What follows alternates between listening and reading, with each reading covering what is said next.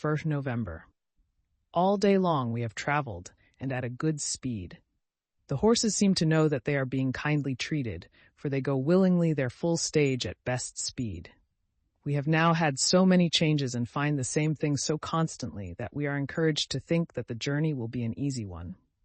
Dr. Van Helsing is laconic. He tells the farmers that he is hurrying to Bistritz and pays them well to make the exchange of horses. We get hot soup or coffee or tea, and off we go. It is a lovely country, full of beauties of all imaginable kinds, and the people are brave and strong and simple, and seem full of nice qualities. They are very, very superstitious. In the first house where we stopped, when the woman who served us saw the scar on my forehead, she crossed herself and put out 2 fingers towards me to keep off the evil eye.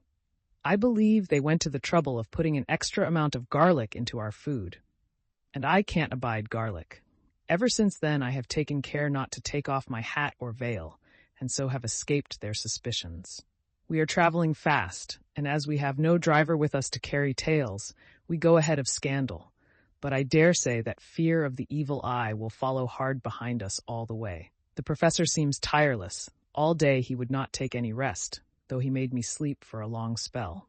At sunset time he hypnotized me, and he says that I answered as usual, darkness, lapping water, and creaking wood. So our enemy is still on the river.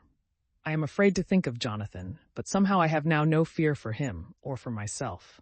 I write this whilst we wait in a farmhouse for the horses to be got ready. Dr. Van Helsing is sleeping.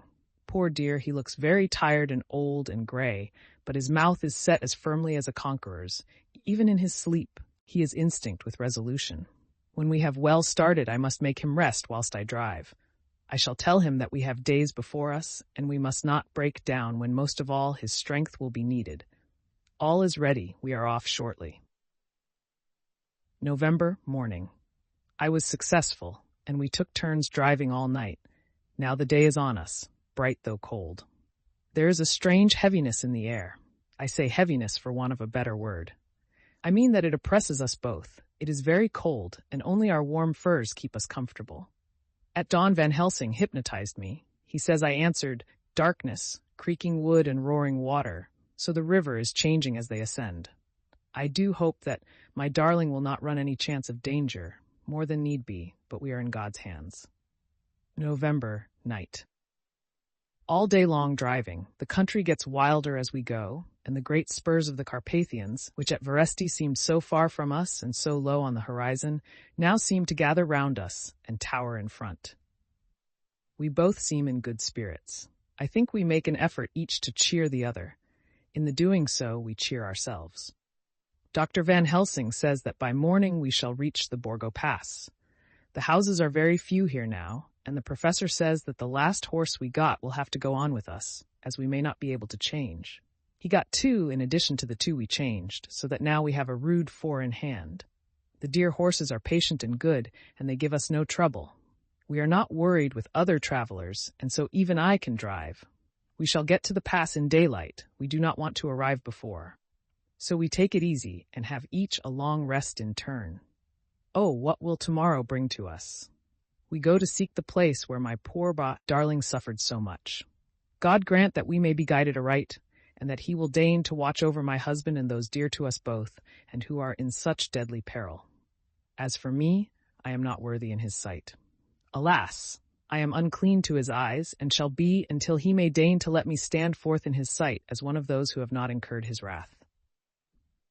Memorandum by Abraham Van Helsing, 4th November. This to my old and true friend John Seward, M.D. of Purfleet, London, in case I may not see him. It may explain. It is morning, and I write by a fire which all the night I have kept alive, Madam Mina aiding me. It is cold, cold, so cold that the gray heavy sky is full of snow, which when it falls will settle for all winter as the ground is hardening to receive it. It seems to have affected Madam Mina. She has been so heavy of head all day that she was not like herself. She sleeps and sleeps and sleeps. She who is usual so alert have done literally nothing all the day. She even have lost her appetite. She make no entry into her little diary, she who writes so faithful at every pause. Something whisper to me that all is not well. However, tonight she is more vif. Her long sleep all day have refresh and restore her, for now she is all sweet and bright as ever. At sunset I try to hypnotize her, but alas, with no effect. The power has grown less and less with each day, and tonight it fail me altogether. Well, God's will be done, whatever it may be, and whithersoever it may lead. Now to the historical, for as Madam Mina write not in her stenography, I must in my cumbrous old fashion, that so each day of us may not go unrecorded. We got to the Borgo Pass just after sunrise yesterday morning. When I saw the signs of the dawn, I got ready for the hypnotism. We stopped our carriage and got down so that there might be no disturbance. I made a couch with furs, and Madam Mina, lying down, yield herself as usual, but more slow and more short time than ever, to the hypnotic sleep. As before came the answer, darkness and the swirling of water. Then she woke, bright and radiant, and we go on our way and soon reach the pass. At this time and place she become all on fire with zeal. Some new guiding power be in her manifested, for she point to a road and say, "This is the way." "How know you it?" I ask. "Of course I know it," she answer, and with a pause add, "Have not my Jonathan travelled it and wrote of his travel?" At first I think somewhat strange, but soon I see that there be only one such by-road. It is used but little, and very different from the coach road from the Bukovina to Bistritz, which is more wide and hard and more of use. So we came down this road, when we meet other ways. Not always were we sure that they were roads at all, for they be neglect and light snow have fallen. The horses know, and they only. I give rein to them, and they go on so patient. By and by we find all the things which Jonathan have note in that wonderful diary of him. Then we go on for long, long hours and hours. At the first, I tell Madam Mina to sleep. She try, and she succeed. She sleep all the time, till at the last I feel myself to suspicious grow, and attempt to wake her. But she sleep on, and I may not wake her though I try. I do not wish to try too hard lest I harm her, for I know that she have suffer much, and sleep at times be all in all to her. I think I drowse myself, for all of sudden I feel guilt, as though I have done something. I find myself bolt up with the reins in my hand, and the good horses go along jog, jog, just as ever. I look down and find Madam Mina still asleep. It is now not far off sunset time, and over the snow the light of the sun flow in big yellow flood, so that we throw great long shadow on where the mountain rise so steep. For we are going up, and all is, oh, so wild and rocky, as though it were the end of the world. Then I arouse Madam Mina. This time she wake with not much trouble, and then I try to put her to hypnotic sleep. But she sleep not, being as though I were not. Still I try, till all at once I find her and myself in dark. So I look round, and find that the sun have gone down. Madam Mina laugh, and I turn and look at her. She is now quite awake, and looks so well as I never saw her since that night at Carfax when we first entered the Count's house. I am amazed and not at ease then, but she is so bright and tender and thoughtful for me that I forget all fear. I light a fire, for we have brought supply of wood with us, and she prepare food while I undo the horses and set them, tethered in shelter, to feed. Then when I return to the fire, she have my supper ready. I go to help her, but she smile and tell me that she have eat already, that she was so hungry that she would not wait. I like it not, and I have grave doubts, but I fear to affright her, and so I am silent of it. She help me, and I eat alone, and then we wrap in fur and lie beside the fire, and I tell her to sleep while I watch. But presently I forget all of watching, and when I sudden remember that I watch, I find her lying quiet, but awake and looking at me with so bright eyes. Once, twice more the same occur, and I get much sleep till before morning. When I wake I try to hypnotize her, but alas, though she shut her eyes obedient, she may not sleep. The sun rise up, and up, and up, and then sleep come to her too late, but so heavy that she will not wake. I have to lift her up and place her sleeping in the carriage when I have that, harnessed the horses and made all ready. Madam still sleep, and she look in her sleep more healthy and more redder than before. And I like it not. And I am afraid. I am afraid of all things. Even to think, but I must go on my way. The stake we play for is life and death, or more than these, and we must not flinch. November morning. Let me be accurate in everything. For though you and I have seen some strange things together, you may at the first think that I, Van Helsing, am mad. that the many horrors and the so long strain on nerves has at the last turned my brain. All yesterday we travel, ever getting closer to the mountains and moving into a more and more wild and desert land. There are great, frowning precipices and much falling water, and nature seemed to have held sometime her carnival. Madam Mina still sleep, and though I did have hunger and appeased it, I could not waken her, even for food. I began to fear that the fatal spell of the place was upon her, tainted as she is with that vampire baptism. Well, said I to myself, if it be that she sleep all the day, it shall also be that I do not sleep at night.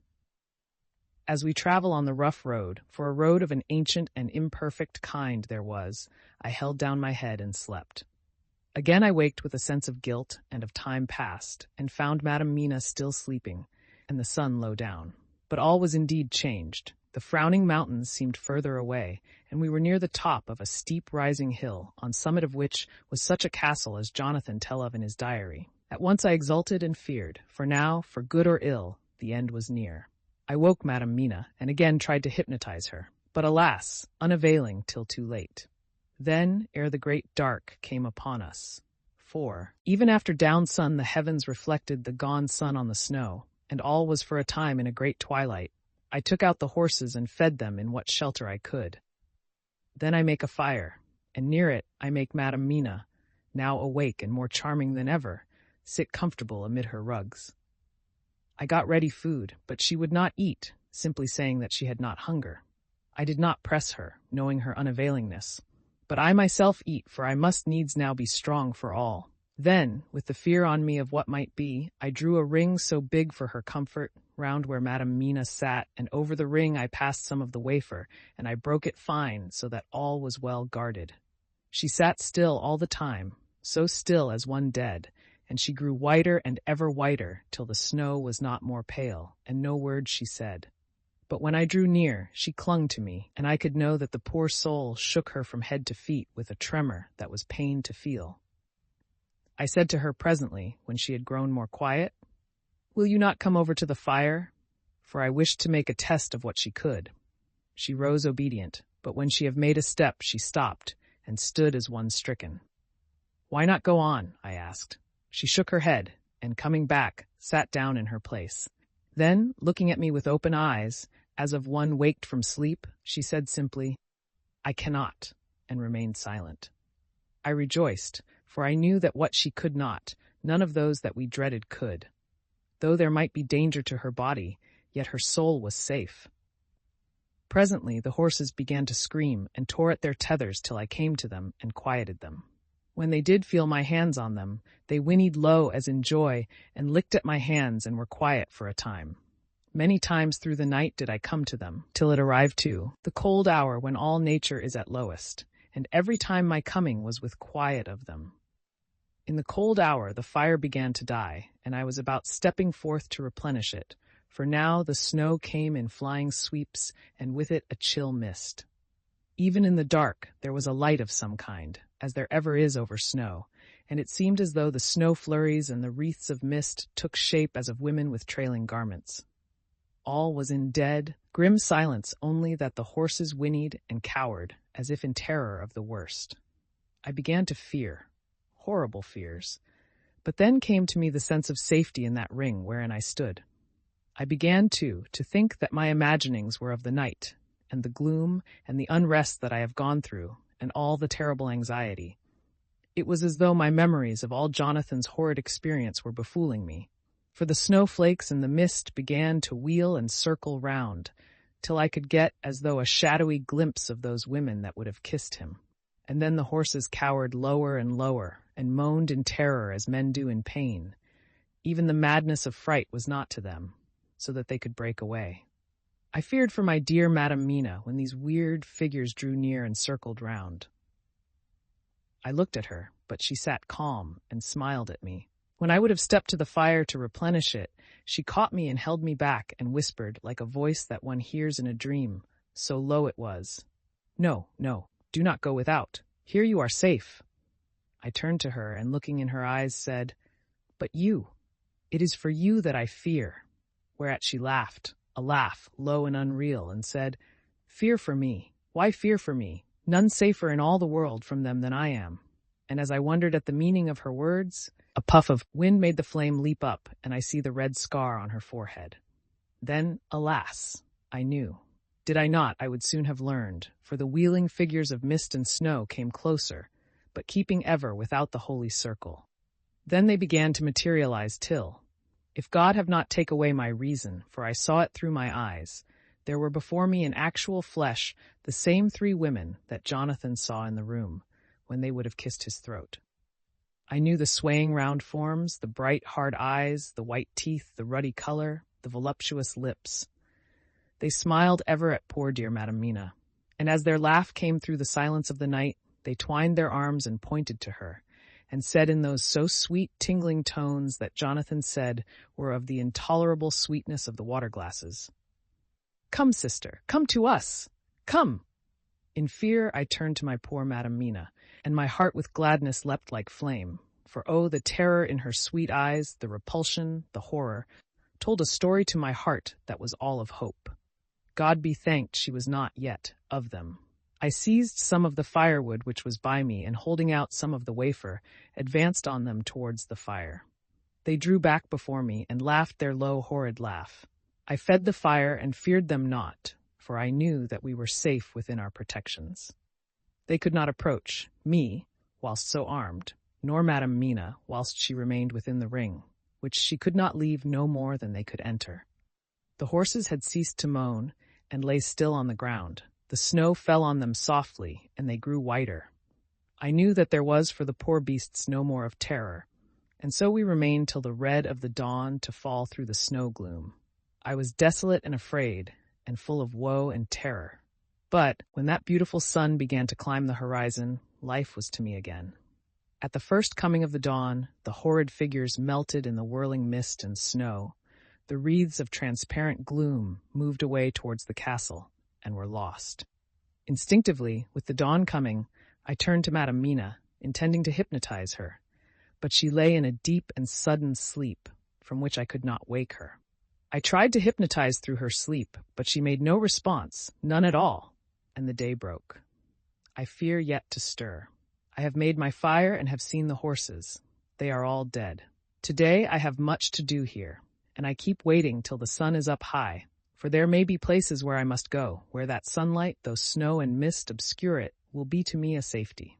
I will strengthen me with breakfast, and then I will to my terrible work. Madam Mina still sleeps, and God be thanked, she is calm in her sleep. Jonathan Harker's Journal. 4th of November, evening. The accident to the launch has been a terrible thing for us. Only for it we should have overtaken the boat long ago, and by now my dear Mina would have been free. I fear to think of her, off on the wolds near that horrid place. We have got horses, and we follow on the track. I note this whilst Godalming is getting ready. We have our arms. The Scani must look out if they mean fight. Oh, if only Morris and Seward were with us. We must only hope. If I write no more goodbye, Mina, God bless and keep you. Dr. Seward's Diary, 5th of November. With the dawn, we saw the body of Scani before us, dashing away from the river with their lighter wagon. They surrounded it in a cluster and hurried along as though beset. The snow is falling lightly, and there is a strange excitement in the air. It may be our own feelings, but the depression is strange. Far off I hear the howling of wolves. The snow brings them down from the mountains, and there are dangers to all of us, and from all sides. The horses are nearly ready, and we are soon off. We ride to death of someone. God alone knows who, or where, or what, or when, or how it may be. Dr. Van Helsing's Memorandum, 5th November afternoon. I am at least sane. Thank God for that mercy at all events, though the proving it has been dreadful. When I left Madam Mina sleeping within the holy circle, I took my way to the castle. The blacksmith hammer which I took in the carriage from Veresti was useful. Though the doors were all open, I broke them off the rusty hinges, lest some ill intent or ill chance should close them, so that being entered, I might not get out. Jonathan's bitter experience served me here. By memory of his diary, I found my way to the old chapel, for I knew that here my work lay. The air was oppressive. It seemed as if there was some sulphurous fume, which at times made me dizzy. Either there was a roaring in my ears, or I heard afar off the howl of wolves. Then I bethought me of my dear Madam Mina, and I was in terrible plight.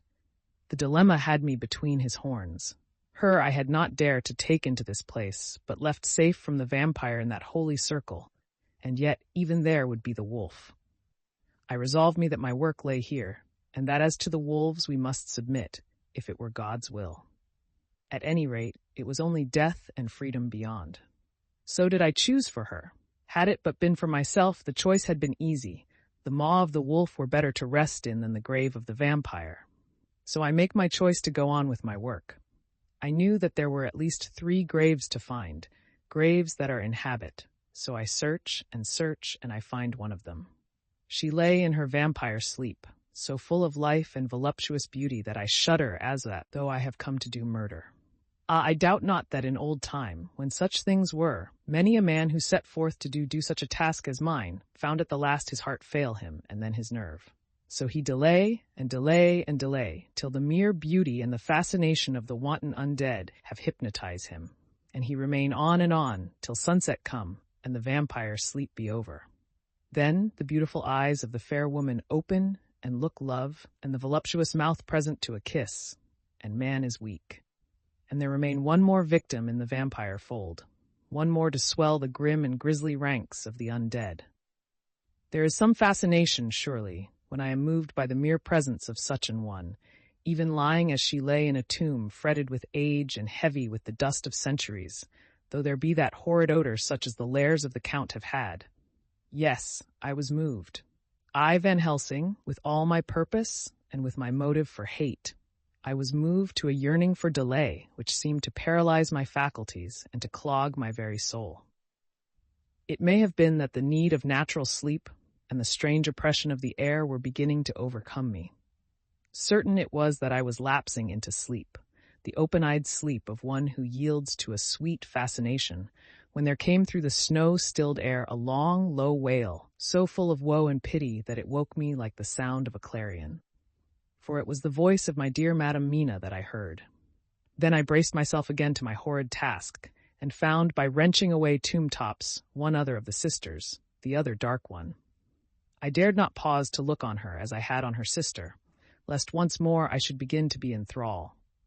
But I go on searching until, presently, I find in a high great tomb, as if made to one much beloved, that other fair sister, which, like Jonathan, I had seen to gather herself out of the atoms of the mist. She was so fair to look on, so radiantly beautiful, so exquisitely voluptuous, that the very instinct of man in me, which calls some of my sex to love and to protect one of hers, made my head whirl with new emotion. But God be thanked, that soul wail of my dear Madam Mina had not died out of my ears, and before the spell could be wrought further upon me, I had nerved myself to my wild work. By this time I had searched all the tombs in the chapel, so far as I could tell, and as there had been only 3 of these undead phantoms around us in the night, I took it that there were no more of active undead existent. There was one great tomb, more lordly than all the rest. Huge it was, and nobly proportioned.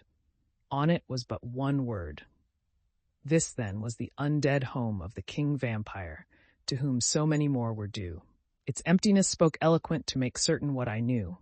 Before I began to restore these women to their dead selves through my awful work, I laid in Dracula's tomb some of the wafer, and so banished him from it, undead forever. Then began my terrible task, and I dreaded it. Had it been but one, it had been easy, comparative. But 3, to begin twice more after I had been through a deed of horror, for if it was terrible with the sweet Miss Lucy, what would it not be with these strange ones who had survived through centuries, and who had been strengthened by the passing of the years, who would, if they could, have fought for their foul lives? Oh, my friend John, but it was butcher work. Had I not been nerved by thoughts of other dead, and of the living over whom hung such a pall of fear, I could not have gone on. I tremble and tremble even yet, though till all was over, God be thanked, my nerve did stand.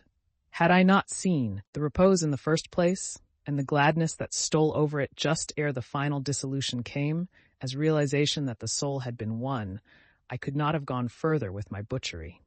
I could not have endured the horrid screeching as the stake drove home, the plunging of writhing form and lips of bloody foam. I should have fled in terror and left my work undone. But it is over, and the poor souls, I can pity them now and weep as I think of them placid each in her full sleep of death for a short moment ere fading. For friend John, hardly had my knife severed the head of each, before the whole body began to melt away and crumble into its native dust, as though the death that should have come centuries agone had at last assert himself and say at once and loud, "I am here." Before I left the castle, I so fixed its entrances that never more can the Count enter there undead. When I stepped into the circle where Madam Mina slept, she woke from her sleep, and, seeing me, cried out in pain that I had endured too much. "Come," she said, "come away from this awful place. Let us go to meet my husband, who is, I know, coming towards us." She was looking thin and pale and weak, but her eyes were pure and glowed with fervor. I was glad to see her paleness and her illness, for my mind was full of the fresh horror of that ruddy vampire sleep. And so, with trust and hope, and yet full of fear, we go eastward to meet our friends, and him whom Madam Mina tell me that she know are coming to meet us. Mina Harker's Journal. 6th of November. It was late in the afternoon when the professor and I took our way towards the east, whence I knew Jonathan was coming. We did not go fast, though the way was steeply downhill, for we had to take heavy rugs and wraps with us. We dared not face the possibility of being not left without warmth in the cold and the snow. We had to take some of our provisions too, for we were in a perfect desolation, and so far as we could see through the snowfall, there was not even the sign of habitation. When we had gone about a mile, I was tired with the heavy walking and sat down to rest. Then we looked back and saw where the clear line of Dracula's castle cut the sky, for we were so deep under the hill whereon it was set that the angle of perspective of the Carpathian Mountains was far below it. We saw it in all its grandeur, perched 1,000 feet on the summit of a sheer precipice, and with seemingly a great gap between it and the steep of the adjacent mountain on any side. There was something wild and uncanny about the place. We could hear the distant howling of wolves. They were far off, but the sound, even though coming muffled through the deadening snowfall, was full of terror. I knew from the way Dr. Van Helsing was searching about that he was trying to seek some strategic point, where we would be less exposed in case of attack. The rough roadway still led downwards. We could trace it through the drifted snow. In a little while the professor signaled to me, so I got up and joined him. He had found a wonderful spot, a sort of natural hollow in a rock, with an entrance like a doorway between two boulders. He took me by the hand and drew me in. "See," he said, "here you will be in shelter, and if the wolves do come, I can meet them one by one." He brought in our furs and made a snug nest for me, and got out some provisions and forced them upon me. But I could not eat. To even try to do so was repulsive to me, and, much as I would have liked to please him, I could not bring myself to the attempt. He looked very sad, but did not reproach me.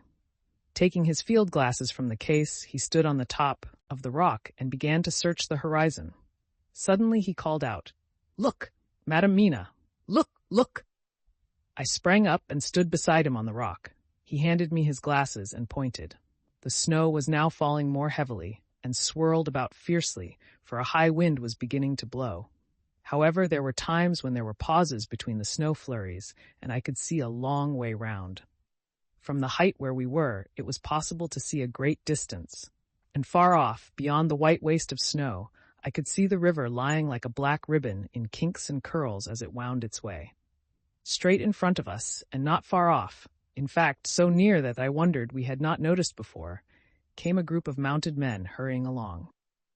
In the midst of them was a cart, a long lighter wagon, which swept from side to side, like a dog's tail wagging, with each stern inequality of the road. Outlined against the snow as they were, I could see from the men's clothes that they were peasants or gypsies of some kind. On the cart was a great square chest. My heart leaped as I saw it, for I felt that the end was coming.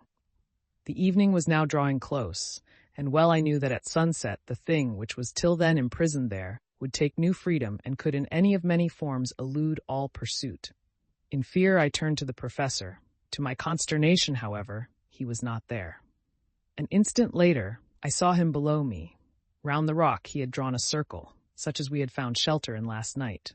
When he had completed it, he stood beside me again, saying, "At least you shall be safe here from him." He took the glasses from me, and at the next lull of the snow swept the whole space below us. "See," he said, "they come quickly. They are flogging the horses, and galloping as hard as they can." He paused and went on in a hollow voice. "They are racing for the sunset. We may be too late. God's will be done." Down came another blinding rush of driving snow, and the whole landscape was blotted out. It soon passed, however, and once more his glasses were fixed on the plain. Then came a sudden cry. "Look! Look! Look! See 2 horsemen follow fast, coming up from the south. It must be Quincy and John. Take the glass. Look before the snow blots it all out." I took it and looked. The 2 men might be Dr. Seward and Mr. Morris. I knew at all events that neither of them was Jonathan. At the same time, I knew that Jonathan was not far off. Looking around, I saw on the north side of the coming party 2 other men riding at breakneck speed. One of them I knew was Jonathan, and the other I took, of course, to be Lord Godalming. They, too, were pursuing the party with the cart. When I told the professor, he shouted in glee like a schoolboy, and, after looking intently till a snow fall made sight impossible, he laid his Winchester rifle ready for use against the boulder at the opening of our shelter. "They are all converging," he said. "When the time comes, we shall have gypsies on all sides." I got out my revolver ready to hand, for whilst we were speaking, the howling of wolves came louder and closer. When the snowstorm abated a moment, we looked again. It was strange to see the snow falling in such heavy flakes close to us and beyond, the sun shining more and more brightly as it sank down towards the far mountain tops. Sweeping the glass all around us, I could see here and there dots moving singly and in 2s and 3s and larger numbers. The wolves were gathering for their prey. Every instant seemed an age whilst we waited. The wind came now in fierce bursts, and the snow was driven with fury as it swept upon us in circling eddies. At times we could not see an arm's length before us, but at others, as the hollow-sounding wind swept by us, it seemed to clear the airspace around us so that we could see afar off. We had of late been so accustomed to watch for sunrise and sunset that we knew with fair accuracy when it would be, and we knew that before long the sun would set. It was hard to believe that by our watches it was less than an hour that we waited in that rocky shelter before the various bodies began to converge close upon us. The wind came now with fiercer and more bitter sweeps, and more steadily from the north. It seemingly had driven the snow clouds from us, for, with only occasional bursts, the snow fell. We could distinguish clearly the individuals of each party, the pursued and the pursuers. Strangely enough, those pursued did not seem to realize, or at least to care, that they were pursued. They seemed, however, to hasten with redoubled speed as the sun dropped lower and lower on the mountain tops. Closer and closer they drew. The professor and I crouched down behind our rock and held our weapons ready. I could see that he was determined that they should not pass. One and all were quite unaware of our presence. All at once 2 voices shouted out to "Halt!" One was my Jonathan's, raised in a high key of passion, the other Mr. Morris's strong, resolute tone of quiet command. The gypsies may not have known the language, but there was no mistaking the tone, in whatever tongue the words were spoken. Instinctively they reined in, and at the instant Lord Godalming and Jonathan dashed up at one side, and Dr. Seward and Mr. Morris on the other. The leader of the gypsies, a splendid-looking fellow who sat his horse like a centaur, waved them back, and in a fierce voice gave to his companions some word to proceed.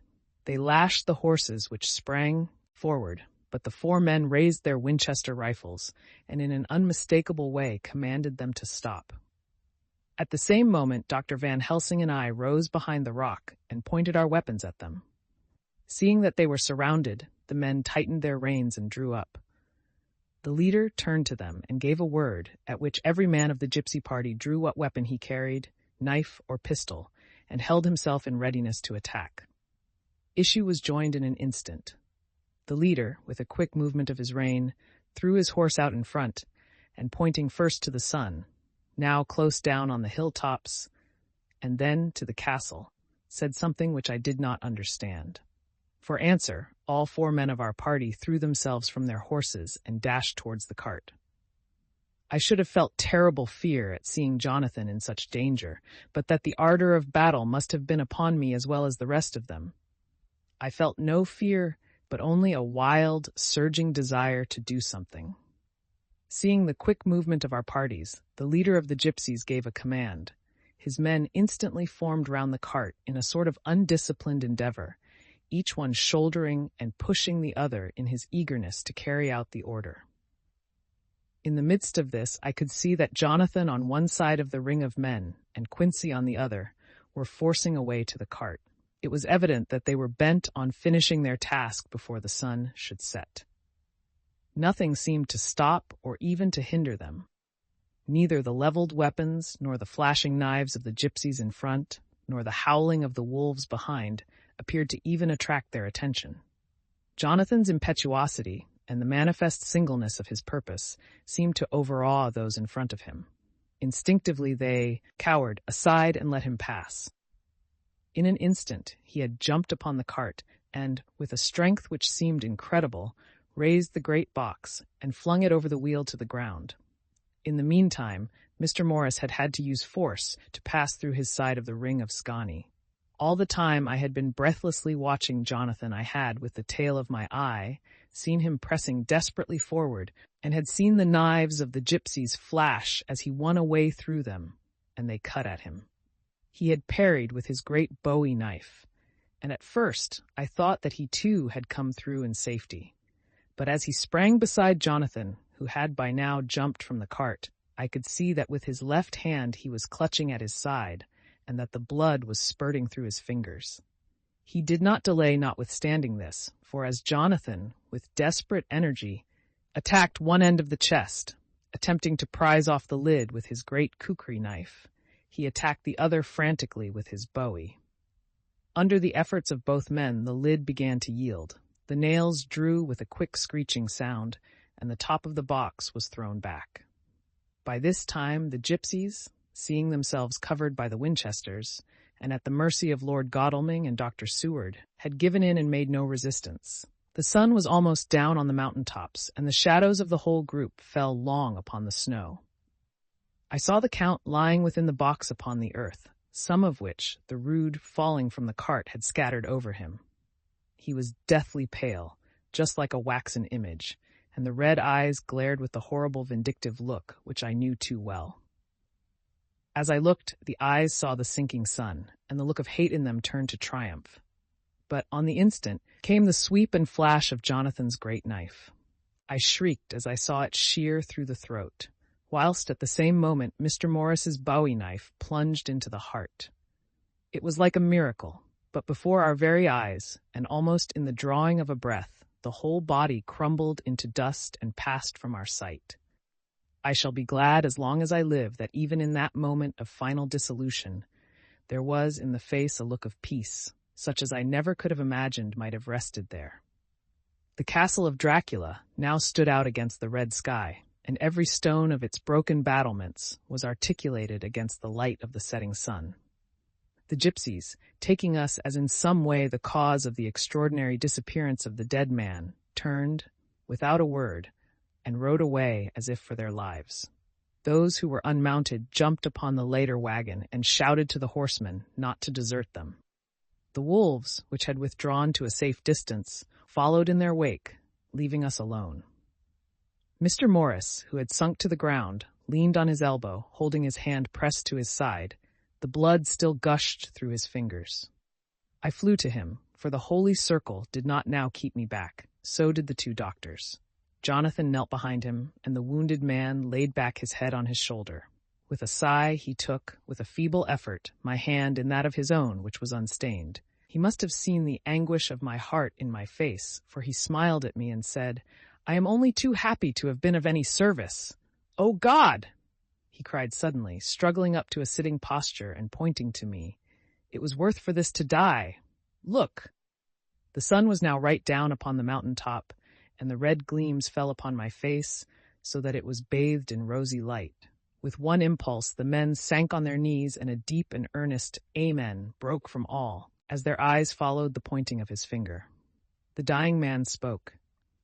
"Now God be thanked that all has not been in vain, See, the snow is not more stainless than her forehead. The curse has passed away. And, to our bitter grief, with a smile and in silence he died, a gallant gentleman.